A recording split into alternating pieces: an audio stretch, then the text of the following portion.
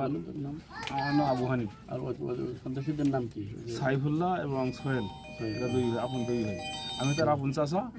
আমরা এদেরকে এই দুই ভাইকে এবং আমার ভাইয়ের বিশাল দোষ আছে, উনি দুই ভাইকে এগোই দেয়।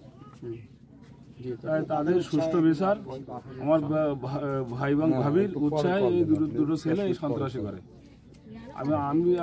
আমি ব্যক্তিগতভাবে জানাতে চাই যে এদের সুষ্ঠু বিচার এবং আইনি আওতায় সুষ্ঠু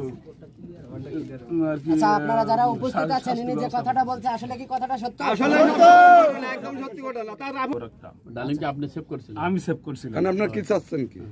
আমরা সুষ্ঠু বিচার চাই এবং দুই সন্ত্রাসকে এই সন্ত্রাসী তার জন্য আমরা দাবি করছি শান্তিতে বসবাস করতে পারি। সালের এই 5ই আগস্টের পরে আমরা চাইলাম একটু শান্তি ভালোভাবে আমরা বসবাস করবো, কিন্তু আমরা বিএনপি আসলে একটা ভালো দল, কিন্তু তার দলের ভিতরে যে উচ্ছৃঙ্খল কিছু ছেলেবিলি তারা বাইরে গ্রামের বাইরে এখানে সেখানে থেকে গ্রামে এসে আমাদের পরে এই সমস্ত যে অন্য অত্যাচারগুলো করে এগুলো আসলে দেখার মতো না।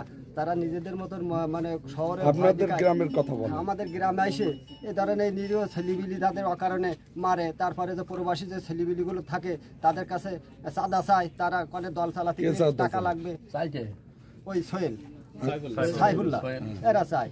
এখন এই সোহেল ছিল ছাত্রলীগ, এখন ছাত্রলীগের আমলে চাঁদা চাইছে, আবার বিএনপির আমলে ও নাকি বিএনপি করি এই সমস্ত চাঁদা চায়, তাহলে ওর ভাইকে প্রোটেকশন দিচ্ছে। তাহলে আওয়ামী লীগের আমলে যন্ত্রণা সহ্য করবো, বিএনপির আমলে যন্ত্রণা সহ্য করবো, তাহলে আমরা কোন দিকে যাব? আমরা চাই যে এই ধরনের সন্ত্রাসের বিরুদ্ধে আপনাদের মিডিয়া সব কিছু করতে পারে, আপনারা মিডিয়া থেকে এগুলো জানাই দেবেন সব কিছু, যাতে ও এই ধরনের ক্ষমতার বলে অপব্যবহার করে আমাদের যাতে ক্ষয়ক্ষতি না করে। আমরা আতঙ্কে থাকবো, তখন বাড়ি আসে আমাকে ছেলেবিলি কখন কি হয় না হয়। এই দেখ আমার যে ভাইপো ডালিমিন মারলো মাঝে এই যে গতকাল, এগুলো আসলে আমরা তখন ছিলাম না, থাকলে হাতে দিকায় একটা ব্যবস্থা নেওয়া হতো। তারপরে আমরা মারামারি না করি তার বাপ মার কাছে জানতে চাইলাম যে এগুলো কেন করলো, ওর বাপ মারও উল্টে আসে মারতে, তা আমার এই ভাবিরে মারলো।